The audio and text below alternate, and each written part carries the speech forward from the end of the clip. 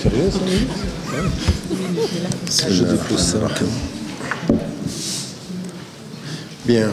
D'abord, j'aimerais remercier the European Muslim Network et toute l'équipe ici en Belgique pour l'organisation de cette soirée. Vous remercier d'être présent parce que c'est aussi important que vous soyez présents. On se rend compte dans les organisations que suivant les thèmes que l'on aborde, les salles sont pleines. Et quand ce sont des termes qui sont quand même sensibles, où il y a quand même une connotation politique, on s'aperçoit que les salles sont moins pleines. La dernière fois, nous avions aussi une rencontre autour de ce qui se passe en Birmanie, et c'est comme si on était moins impliqué. Là, c'est quand même un problème, c'est vrai, c'est politique, mais ça touche beaucoup d'éléments. Il y a beaucoup d'éléments qui sont en jeu dans la question qui nous touche aujourd'hui, quand on a des jeunes qui sont ici en Belgique, ou qui sont en France, ou qui sont en Angleterre, ou qui sont en Europe, ou aux États-Unis, et qui partent.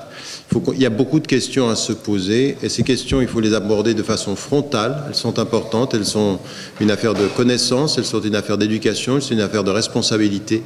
Et puis elles sont une affaire humaine, parce que commencer la soirée avec le témoignage de Véronique, qui est une maman, l'ami de son fils a été tué, et comme l'a rappelé Linda, on n'est pas en train de parler de nombre, on est en train de parler de vie humaine. On est en train de parler de personnes et de réseaux qui sont en train de détruire la vie de jeunes filles et de jeunes hommes. Et quand je dis détruire la vie, c'est vrai ce que disait Yacoub, vous avez des réseaux aujourd'hui qui, au nom de la question du djihad, sont en train d'organiser de la vente d'enfants, c'est-à-dire des jeunes filles qui partent soi-disant se marier islamiquement au service de combattants. Je veux dire, on en est là. On est dans des situations aujourd'hui, au nom de l'islam, des situations absolument inacceptables, c'est-à-dire une véritable instrumentalisation de l'islam. Et on est tous impliqués. Ça veut dire que notre responsabilité ici, avec le nombre que nous sommes, c'est de sortir de cette salle et de se rendre compte qu'on a un vrai travail à faire de citoyens, de personnes de foi, là où dans nos réseaux à nous, dans les gens qu'on connaît, dans nos organisations, par rapport à nos autorités. Et puis j'aimerais bien, puisqu'il y en a ce soir plus peut-être que d'habitude, que tous ceux qui sont ici en train de prendre note de quelques informations qu'ils doivent transmettre au gouvernement, nous les saluons et nous leur demandons avec sérieux de transmettre ce qui a été dit. Parce que, non mais c'est pas drôle. Je veux dire, il y a des gens ici, c'est pas drôle. Au sens où il y a des gens ici qui prennent note d'informations et qui sont pratiquement payés pour en donner des mauvaises ou de sélectionner les informations qu'ils vont donner. C'est-à-dire qu'ils ne sont là pour écouter que s'il y a un dérapage. Oui ? Donc on leur dit, s'il y a un dérapage, notez-le, mais quand il n'y en a pas, notez-le aussi. Ce serait intéressant pour nous tous parce que nous ne sommes pas en train de rigoler, nous sommes en train de parler de mort, nous sommes en train de parler d'enfants qui de temps en temps appellent leur maman. C'est ça, on est en train de parler de drame humain. On n'est pas en train de rigoler. Et qu'à partir d'un certain moment, quand on travaille pour l'État, il faudrait qu'on comprenne qu'on n'est pas dans la surveillance qui peut faire n'importe quoi parce qu'elle n'a pas de nom, parce qu'elle est dans l'anonymat, parce qu'au bout du compte, eh bien, on a une conscience, et puis au bout du compte, eh bien, ceci, faudra aussi en rendre compte dans les décisions politiques des États, parce qu'on va en parler. Alors moi, très rapidement, puisqu'effectivement, beaucoup de choses ont été dites, moi je vais mon propos en deux parties. Les questions à poser et les responsabilités. Deux choses que j'aimerais aborder. Sur les questions à poser, il y a 4 domaines. Il y a 4 choses sur lesquelles il faut poser. Et ce qu'a dit, ce que demandait Malika est important. La première question à poser, c'est la question religieuse. C'est-à-dire qu'effectivement, aujourd'hui, on nous dit des musulmans venant d'Europe. Après, évidemment, quand on a des problèmes avec des gens, on met d'abord musulmans. Et puis quand on est dans un club de foot, on dit d'abord belge. D'accord ? Donc, on les intègre quand ça va, on les sort quand ça va pas. Et en l'occurrence, c'est vrai que ce sont des citoyens européens de confession musulmane. Il reste, et c'est l'engagement qu'on avait eu quand on a eu à discuter tout de suite après ce qui s'était passé en 2001 aux États-Unis, ce qui s'était passé en 2005 en Angleterre, il faut traiter la question. Il y a une vraie question religieuse. Et cette question religieuse, elle est aujourd'hui l'installation soutenue par beaucoup de tendances, on va y venir dans l'autre question que je poserai, mais on a l'installation d'idéologie, de conception de l'islam dont on ne peut pas dire qu'elle est façonnée par Washington, Tel Aviv ou Londres. Elle est endogène à la compréhension de l'islam et vous avez des savants qui sont en train de produire ce discours-là. Au départ, c'est un discours qui est littéraliste, c'est-à-dire il y a nous et il y a les autres. Et puis ce discours littéraliste, il peut construire ensuite quelque chose qui va se politiser dans un renversement qui va aller vers la violence. Alors, tous les littéralistes ne sont pas violents, mais souvent la violence extrémiste de certains passe par une première construction intellectuelle qui est la binarité. Il y a eux et il y a nous. Il y a eux et nous. Alors d'abord, on peut être dans l'isolement, mais si on est dans le conflit politique, ça peut devenir violent. Et on s'est aperçu que dans les courants, les processus, c'est souvent à partir d'écoles littéralistes qu'on arrive à la violence extrémiste. Alors attention au terme, moi aussi je n'utilise pas le terme terroriste. On a eu une longue discussion avec, dans des séances de rapport avec des États et des gouvernements, comment il fallait les appeler, en particulier après 2005 en Angleterre, où vous savez que le terme de terrorisme il est politiquement une décision claire de ne pas définir clairement le mot terrorisme dans les instances internationales. Parce que si vous arrivez à une définition claire de terrorisme, vous êtes obligé de rendre compte d'un terrorisme d'État, dont le premier, vous pouvez imaginer, il y en a qui l'utilisent. Chomsky parle des États-Unis comme un pays terroriste du point de vue de sa politique. Et puis Israël aurait de la peine à passer entre les gouttes. Donc en l'occurrence, mieux vaut ne pas utiliser, définir le terme. Donc, et c'est pour ça qu'il faut faire attention, les combattants de la liberté d'hier deviennent les terroristes d'aujourd'hui ou le contraire. Donc en l'occurrence, ici, ce à quoi on est arrivé, d'un point de vue même islamique, c'est cette notion de violent et d'extrémistes parfois dans leur lecture des textes, et puis de violents parce qu'il y a une implication violente. À partir de là, ce qu'on a, c'est un discours musulman sur lequel il faut qu'on s'arrête et qu'on puisse montrer, déconstruire ce discours, montrer combien il n'est pas fondé en texte, il n'est pas fondé dans le message global, il n'est pas fondé dans les finalités. Ce travail-là, aujourd'hui, est un travail très important qu'il faut faire, et malheureusement, on n'est pas suffisamment outillé, on n'a pas ce travail de déconstruction. Et ce travail, il a un impact. J'aimerais vous dire une chose. En termes, vous savez ce que c'est que le populisme? C'est quand on vous attire par les motifs et quand on est dans la binarité. Le populisme, c'est ça, c'est-à-dire qu'il y a nous, puis s'il y a quelque chose qui ne va pas, c'est à cause d'eux. Et on devient des victimes d'eux. Vous allez vous rendre compte qu'il y a un populisme religieux. Si vous regardez les courants qui peuvent gagner du terrain, souvent ils sont populistes. Ils jouent sur la fibre émotionnelle pour attirer des jeunes en disant on n'est pas comme eux, ils sont un danger pour nous, nous sommes leurs victimes, ils ne nous aiment pas, le mieux c'est que tu reviennes à une littéralité des textes. Cette simplification du discours religieux, elle a d'autant plus d'impact quand on est dans des problèmes économiques comme il a été mis en évidence. Mais surtout une chose, c'est que transversalement on s'en est rendu compte, aux États-Unis, en Angleterre, en Belgique, en France, dans pratiquement tous les pays du monde, ce ne sont pas les jeunes les moins éduqués qui sont attirés par ce discours-là. Souvent ce sont des jeunes extrêmement éduqués, ceux avec lesquels on a eu à traiter par exemple en Angleterre, c'est licence, masters, doctorat, au plus haut niveau, extrêmement sophistiqués intellectuellement, très binaires intellectuellement aussi, très binaire. Il y a eux, il y a nous. Et si on a un problème, c'est parce qu'ils ne nous aiment pas, etc. Donc on a un travail à faire religieux sur la question de la notion de djihad, sur la question du politique, sur la question de, par exemple, notre implication sur le message de l'islam. Comment est-ce que se situe par rapport à nous-mêmes? Comment se situe par rapport à autrui? Comment est-ce qu'on réforme la société? Comment est-ce qu'on s'engage sur l'éducation? Tout ce travail-là suppose aujourd'hui un réveil de la conscience musulmane, un réveil de la conscience. Il y a énormément de jeunes convertis qui rentrent dans l'islam par les raisons du cœur et qui finissent dans la binarité par les raisons d'un discours sur le terrain qui les emmène.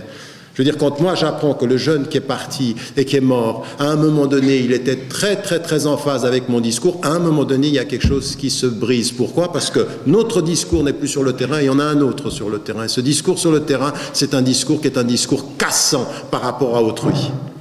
Et j'aimerais vous dire une chose, et c'est là aussi il viendra dans les questions, il y a des responsabilités que nous on a d'abord, que c'est la conscience musulmane aujourd'hui. Et quand on nous dit que les leaders musulmans, que les savants et que ne parlent pas assez, c'est vrai. C'est vrai qu'aujourd'hui on a peur parce qu'on se dit il ne faut pas qu'on montre nos divisions. Mais je suis désolé quand on ne montre pas clairement le verset qui a été cité dans Surat al-Hujurat. Elle le dit par rapport à al-Qital, mais c'est vrai dans la dispute et la disputation et le dialogue. À un moment donné, il faut pouvoir dire à quelqu'un, savant musulman, ce que vous dites n'est pas le message global. C'est une lecture simpliste et simplificatrice. Et ceci si ça peut attirer des jeunes éduqués ou moins éduqués. Ce discours-là, c'est la première des questions à poser, c'est aussi notre responsabilité sur les questions de la simplification, bien sûr, sur la question de la minorité. Et puis une chose importante, c'est le populisme religieux. Le populisme religieux, c'est-à-dire que certains font avec la religion ce que les populistes font avec la politique. Ils jouent sur la binarité, ils jouent sur le caractère de victime, ils jouent sur le fait qu'on n'est pas aimé, ils jouent sur le fait que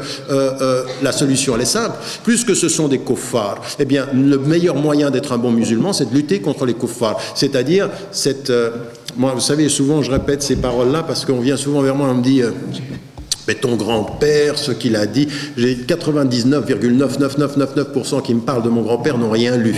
D'abord parce que c'est en arabe la majorité du temps et ils ne savent pas de quoi il parlait. Mais il disait une chose à des gens qui voulaient partir au qital, qui voulaient aller à la lutte armée, qui voulaient aller mourir. Il leur disait, écoutez-moi bien, c'est difficile d'aller mourir dans la voie de Dieu, vous avez raison. Mais je vais vous dire une chose, c'est plus difficile de vivre dans la voie de Dieu. En d'autres termes, partir pour aller mourir, bien sûr, l'émotion de la mort, oui, mais vivre comme des êtres de dignité, comme des êtres de principe, ça c'est difficile. Et c'est ce discours-là qu'il faut, comment vivre dans la voie, plutôt que de partir très facilement. Je veux dire, il y a des caractères de démission dans le fait de vouloir mourir comme ceci. Vous savez ce que disaient aussi les gens en Palestine en disant, oui, ils ont une culture de mort. La question n'est pas de célébrer la mort. La question est de célébrer la juste vie avec les principes de justice, de dignité, etc. Donc ça, c'est une première responsabilité, première des questions. Deuxième des choses qu'il faut mettre en évidence, des questions qu'il faut poser, auxquelles il faut répondre, c'est la question du politique. Et là, sans rentrer dans le débat sur qui a raison et qui a tort en Syrie. D'accord? Nous, on a tous des positions. Moi, j'ai une position extrêmement claire là-dessus, sur la question du principe. Mais par contre, la simplification, d'un côté il y a les bons, de l'autre côté il y a les mauvais, et que d'un certain côté il y a les sunnites et de l'autre côté il y a les chiites, cette simplification-là, et qu'on dise finalement, nous on est des sunnites, et d'entendre des musulmans dire les chiites sont pires que les Israéliens et les sionistes, parce qu'ils détruisent l'islam de l'intérieur, vous devez prendre quelqu'un qui dit, tu t'assieds là, t'as rien compris, on va t'expliquer. Parce que ce discours-là est grave, est extrêmement grave. Et ce qui est important, c'est de se rendre compte aussi de l'instrumentalisation de ces divisions-là. Je vais vous expliquer pourquoi il n'y a pas eu, par exemple, pourquoi il n'y a pas eu ce qu'a dit Yacoub tout à l'heure, c'est-à-dire des jeunes qui partent et qui vont s'engager avec les Rohingyas en Birmanie. Pourquoi ils ne partent pas, par exemple, avec ceux qui sont discriminés et qui vivent aujourd'hui des viols en Chine et dont on ne parle pas? Pourquoi pas en Afrique centrale? Pourquoi pas en Palestine? Pourquoi tout à coup on part en Syrie, où là des musulmans tuent des musulmans? Pourquoi on part là-bas? Qu'est-ce qui fait que tout à coup ceci prend une dimension plus importante? Elle dit, mais il y a un problème. Et là, vous revenez au département d'État américain. Et vous voyez la Syrie, conflit de basse intensité. C'est-à-dire un conflit contrôlé quant aux frontières avec un impact extrêmement important quant à la région. Et on s'aperçoit qu'on a aussi de ce point de vue-là des considérations politiques où ça n'est pas uniquement le pays, c'est pas la Syrie, c'est toute la région qu'il faut regarder. Il faut regarder tout ce qui est en train de se passer. Et donc là, il faut un discours politique qui soit un peu plus sophistiqué que cela, qui montre toutes les complexités. C'est un conflit extrêmement complexe, et dont les agents, ça n'est pas les sunnites et les chiites. C'est la Syrie, le Liban, l'Iran, le Qatar, l'Arabie saoudite, les États-Unis, l'Europe, la Chine et la Russie, la Turquie en plus, et vous y ajoutez maintenant des nouveaux intervenants sur le plan international avec les questions économiques et géostratégiques. Donc cette espèce de simplification fait qu'à un moment donné, donc nous il faut aussi que par rapport à ces jeunes, on soit un peu plus équipés par rapport et là on s'aperçoit aussi qu'il y a des vraies questions à poser sur le plan politique, et qu'on ne peut pas, il ne faut pas tomber dans ceci. Et ça demande ici, à nous tous dans cette salle, de totalement cesser ces espèces de petits glissements qu'on peut avoir de temps en temps quand on est sunnite sur les chiites, ou quand on est chiite sur les sunnites. Ce petit glissement qui peut mettre la suspicion, eh ben, il ne va pas nous aider. Parce qu'il entretient cette espèce de non-confiance. Et la non-confiance, ça va entretenir la méfiance. La méfiance, ça va entretenir la binarité. La binarité, puis après, vous pouvez partir. Vous pouvez maîtriser votre premier doute. Vous ne pouvez pas maîtriser l'instrumentalisation du soupçon. Vous ne pouvez pas. Et l'un des moyens de l'instrumentalisation du soupçon, contrairement à ce qu'on peut penser, ce sont les moyens alternatifs d'Internet. Internet est très dangereux dans l'alimentation des soupçons. C'est le plus vaste réseau du soupçon international. Ça développe cette espèce de paranoïa. Et puis vous n'en sortez pas. Si vous n'êtes pas équipé, on va vous équiper. Mais on ne va pas vous équiper intellectuellement, on va vous équiper dans une espèce de délire conspirationniste. Où tout est... Il y a de la conspiration. Bien d'accord, vous m'avez bien compris. D'accord ? Il y en a qui ne sont pas nets. Mais tout n'est pas conspiration. Troisième question, très rapidement, c'est sur la question des réseaux. C'est-à-dire des jeunes qui sont... Vous savez, il y a des jeunes qui rentrent dans l'islam avec beaucoup de sincérité. Il y a des gens ici qui sont sur le terrain, ceux que peuvent rencontrer les gens qui sont de terrain, Yarkoub et d'autres, avec beaucoup de sincérité. Maintenant, il y a des réseaux qui sont installés, et ces réseaux qui sont installés, on le sait aujourd'hui, on le sait, c'est tout sauf très sincère. Il y a des réseaux qui sont aujourd'hui des réseaux qui sont liés à des pays, mais en même temps, on est en train de se poser la question, mais pour qui ils travaillent et qu'est-ce qui les met en place? Alors je le dis à ceux qui rapportent des propos à l'État ici, on n'est pas naïf, on n'est pas naïf. Il y a, peut-être pas vous qui êtes en train d'écrire, mais il y a dans les États européens des agents informateurs qui infiltrent, et ceci, on en a des rapports. Aux États-Unis, en Angleterre, en Belgique, il y a des agents. Pas simplement même de l'État belge, ils travaillent avec des États étrangers. Alors, qu'on vienne me dire, mais non, vous êtes dans la paranoïa, mais je sais, désolé, ça a été écrit, les agents informants, on les connaît. Je vais vous donner un exemple. Alors que j'arrive en avion et je lis le journal. Et qu'est-ce que je lis dans le journal? En 1996, j'écrivais un livre qui s'appelait « Les musulmans, être musulman en repos ». Et je mettais en évidence qu'il y avait des gens qui intervenaient sur le terrain anglais. On les laissait dire en Angleterre, il faut tuer John Major, le Premier ministre. Des gens qui appelaient au meurtre. On les laissait. Et quand eux intervenaient, on avait 360 journalistes, et quand nous, on faisait une conférence sur la vivre ensemble, on est gentil, oui, un journaliste. Et donc, on entretient une espèce de discours sur la radicalisation. Et je disais, ces gens-là, je l'écrivais, ces gens-là travaillent avec les services de renseignement. On est venu vers moi, on dit, vous avez des preuves de ce que vous avancez? On dit, les services de renseignement laissent ces gens-là parler. Ils prennent même des photos, ils les laissent parler. Écoutez, à l'heure où je vous parle maintenant, aux États-Unis, le pays où je vis, l'Angleterre, a envoyé aux États-Unis quelqu'un qui s'appelle Abu Hamza. Vous le connaissez, c'est l'homme aux 2 crochets. Oui? Eh bien, cet homme-là, il a été extradé de l'Angleterre où il n'a pas pu parler. Il arrive aux États-Unis et son avocat dit « Nous voulons pouvoir dire toute la vérité ». Ça sort dans les journaux aujourd'hui. Aujourd'hui et hier. Vous savez ce qu'il dit? Il dit « J'aimerais pouvoir dire au tribunal américain que pendant 7 ans, j'ai travaillé pour Scotland Yard. » Il est interdit de le dire. Il ne peut pas le dire. La dame, la juge, elle lui dit « Vous ne devez répondre qu'aux accusations qui sont les vôtres, pas commencer à nous apporter d'autres rapports. » Il est interdit de parler, et c'est pour ça que les avocats ont changé de stratégie, ils sortent et ils commencent à dire « voilà ce qui se passe ». Ça veut dire quoi ça? Ça veut dire qu'aujourd'hui, les réseaux sont des réseaux qui travaillent, il faut les condamner, il faut dire et il faut dénoncer. En amont, il faut condamner et dénoncer, et il faut dire aux États « faites attention ». Parce qu'à jouer avec d'autres États, que ce soit des États comme l'Arabie Saoudite, le Maroc, oui, le Maroc travaille. L'Égypte travaille, bien sûr. Non, mais ils travaillent les réseaux. Alors, à partir d'un certain moment, nous, quand on est en face de ceci, on dit attention, il y a des jeunes qui sont très sincères et il y a des politiques qui ne sont pas sincères du tout derrière eux. Et que ce que nous avons à faire, c'est pas de tomber dans la paranoïa, mais quand il y a des réseaux, quand là où on est à quelque part, eh bien, il faut aussi pouvoir les dénoncer, pouvoir dire ces réseaux-là sont des réseaux qui entretiennent ces mouvements-là. Et j'aimerais vous dire une chose, l'entretien de cette radicalisation-là, malheureusement, ça sert. Et moi, quand je vois quelqu'un des services américains qui me dit « mais vous savez, la radicalisation, c'est des millions de dollars de recherche. La radicalisation, c'est des millions de dollars dans la sécurité. Ça fait travailler énormément de monde. Et donc, c'est aussi un entretien d'une certaine image de l'islam sur le terrain. Parce que nous, on est tous là contre, mais à force d'être contre, on en parle tout le temps. Et on parle de quoi? On parle de cette mauvaise image de l'islam. Il y a une récupération idéologique. 99% de notre discours, c'est de prendre position contre ça. C'est pas de dire ce qu'on est, c'est de dire non, les radicaux et les trucs. Donc à partir d'un certain moment, il faut se rendre compte que les questions à poser au réseau, c'est qui est là-dedans. Et donc le dire, il y a des gens qui sont liés. Mais moi j'aimerais savoir comment ça se fait qu'on les laisse travailler aussi longtemps.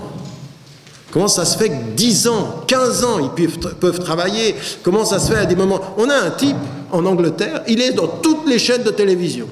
Et il sortait en manifestation et il disait il faut couper la tête aux traîtres. Attendez, mais... Et il appelait ça le djihad. Et lui, on l'invite à la télévision. Il est avocat lui-même. Donc vous voyez, éduqué. Il dit mais comment ça se fait qu'il peut dire des choses pareilles? Pourquoi? Il est liberté d'expression. On dit oui, liberté d'expression, d'accord, mais pourquoi vous l'invitez systématiquement? À partir d'un certain moment, l'entretien médiatique de ces discours-là pose un vrai problème sur lequel nous devons prendre des positions claires aussi et de ne pas être naïfs. Dernier point sur lequel je voulais mettre en évidence, c'était aussi, au-delà des réseaux, c'est la question des États. Et là, il faut qu'on mette en évidence qu'il y a des relations des États où on a envie aujourd'hui qu'une chose claire soit dite. L'avenir des États européens comme des États majoritairement musulmans, ça ne peut pas être de soutenir ceci. Aujourd'hui, il y a un intérêt sécuritaire et économique, voire idéologique, à entretenir la présence de ceux qui sont des radicalisés.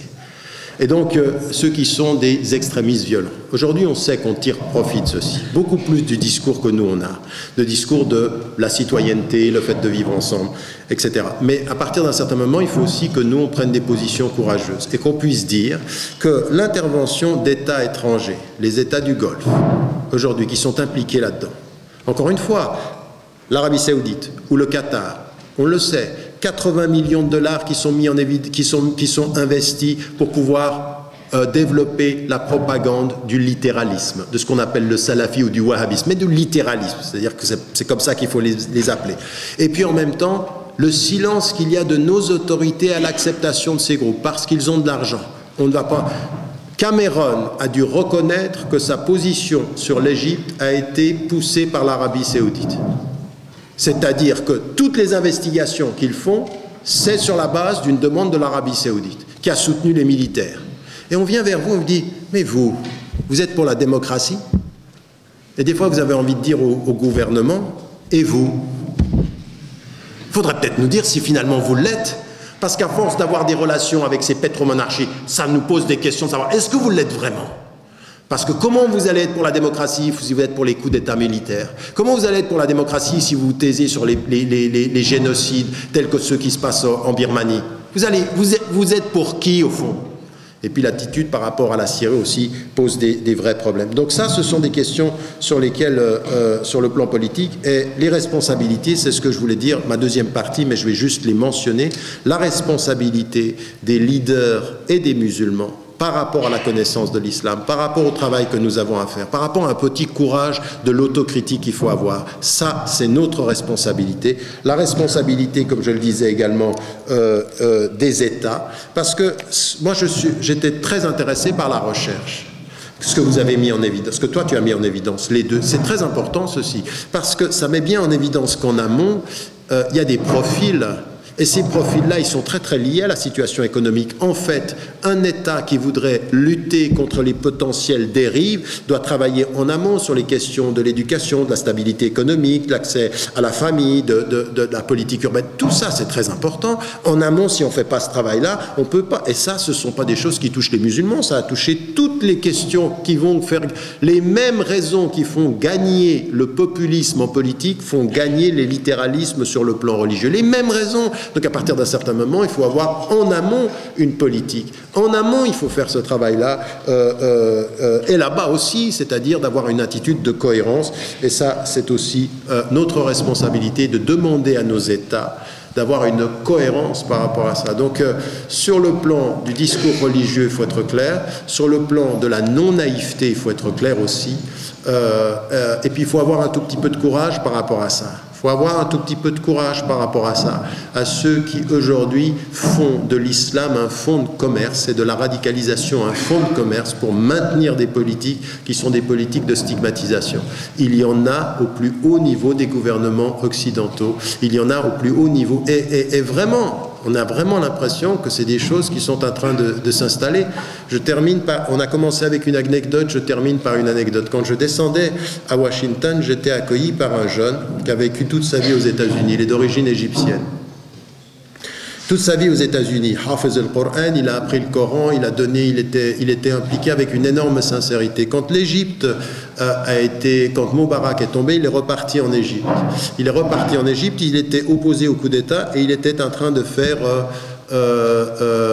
les manifestations non violentes à Rabat. Il était dans la non-violence et il a demandé à ce qu'on soit non-violent. Il a reçu une balle dans le bras, il s'est fait emprisonner. Il est à l'heure actuelle à son 80e jour de grève de la faim. Il est en train de mourir. Il est en train de mourir, littéralement. Quand son avocate est venue le voir, il ne pouvait plus s'exprimer. Il est américain. Et les États-Unis n'ont rien fait. Rien fait. Parce qu'ils soutiennent. À partir d'un certain moment, on dit, je suis désolé. Si vous voulez que des gens ne se radicalisent pas, si vous êtes silencieux quand des gens dans la non-violence demandent la liberté et la démocratie, il y a vraiment un problème dans votre façon d'être cohérent.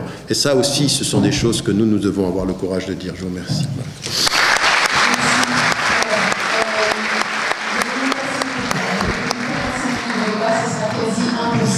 La deuxième des choses, et c'est pour ça que je trouve que c'est très important ce que vous avez mis en évidence, parce que chacun doit pouvoir travailler là où il a la compétence. Et il y a un vrai travail que nous devons faire sur le plan de l'accompagnement. Parce que ce n'est pas simplement un discours religieux.